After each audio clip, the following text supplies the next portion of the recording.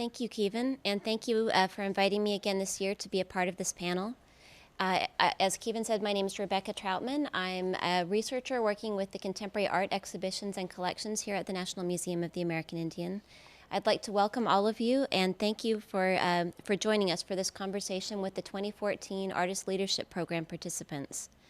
The title of the program, as Kevin stated, is Bringing It Home, Artists Reconnecting Cultural Heritage with Community.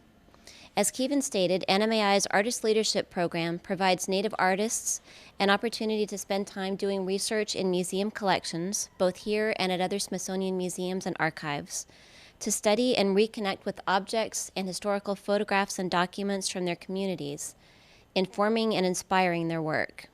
Each artist participating in the program also commits to organizing either a workshop or a public art project in his or her home community as a way of bringing this experience and the knowledge gained from it back home. The artists have had a very busy week and a half, and so it's very nice for them to have this opportunity to share with you their work and what they've done here this week and last week. We'll begin the program with each artist presenting and discussing his or her work. This will be followed by a conversation among the artists about their research and the role of home and community in their work. There will be time in the second part of the program for questions from the audience, so we'd appreciate you holding your questions for the artists until then. Our first artist is Holly Nordlum. She is an Inupiaq artist and graphic designer raised in the Alaska Native village of Kotzebue and currently living in Anchorage. She works in multiple media with a focus on printmaking and teaches printmaking to Alaska Native youth. Holly is researching objects and imagery from Alaska Native communities, as well as prints in the collection. So please welcome Holly.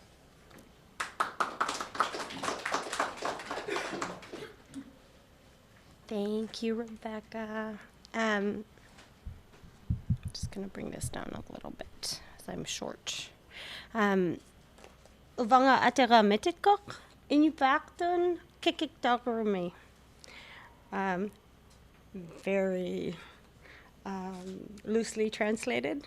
My name is Holly Nordlum, and I'm Inupiaq, originally from Kotzebue, and like Rebecca said, I'm now living in Anchorage. I am a visual artist and a teacher. I do graphic design and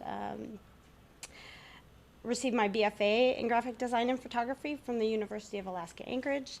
Last year I was selected as a Rasmussen Individual Artist Award winner, and this year I am lucky enough to be part of this program, the NMAI Artist Leadership Program. So I'm very blessed and honored to be here. Let's see. Just really quickly, a quick reminder of what Alaska is. It's very large. And Kotzebue, I marked, is very far north. Kotzebue is very cold, climate's very harsh, so a lot of our culture has to do with survival and beauty. But now I live in Anchorage, quite a ways south, and I grew up in Kotzebue, and growing up in Kotzebue, we lived a very traditional lifestyle. My parents were dog mushers. The picture on the right, my right, is my great-grandmother.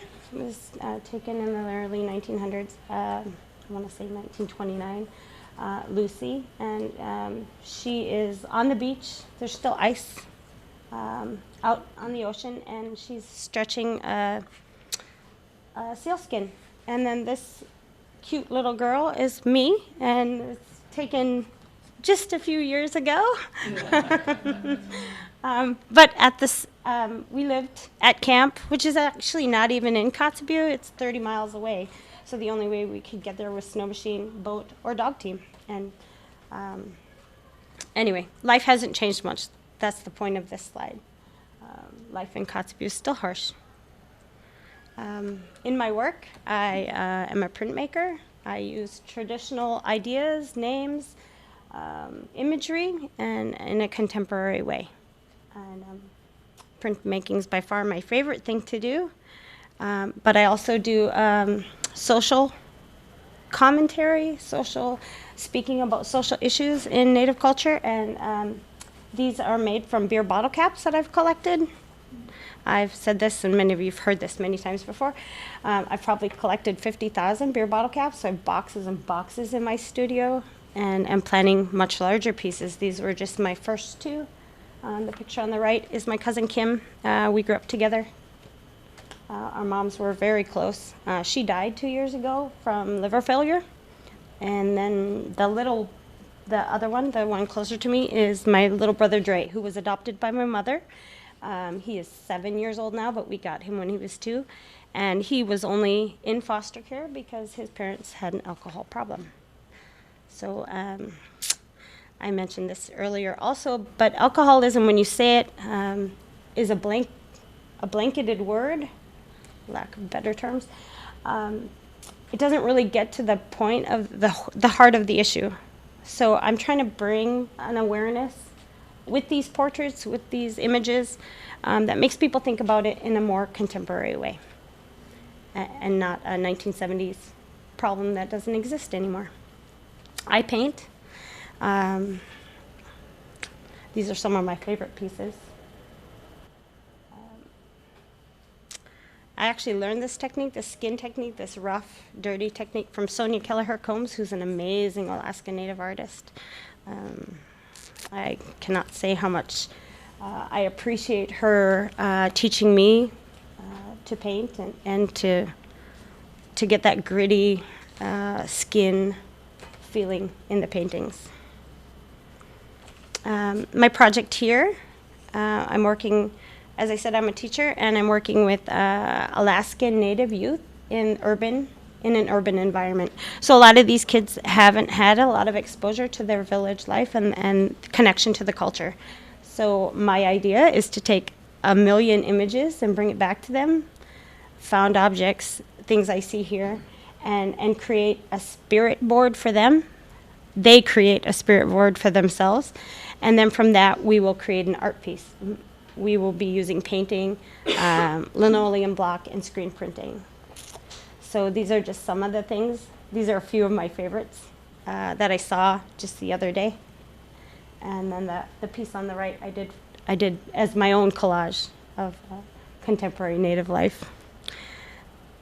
I am honored to be here. Kavesoktunga, I'm happy.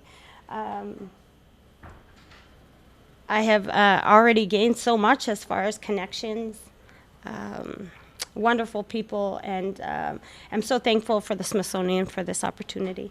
And thank you all for being here.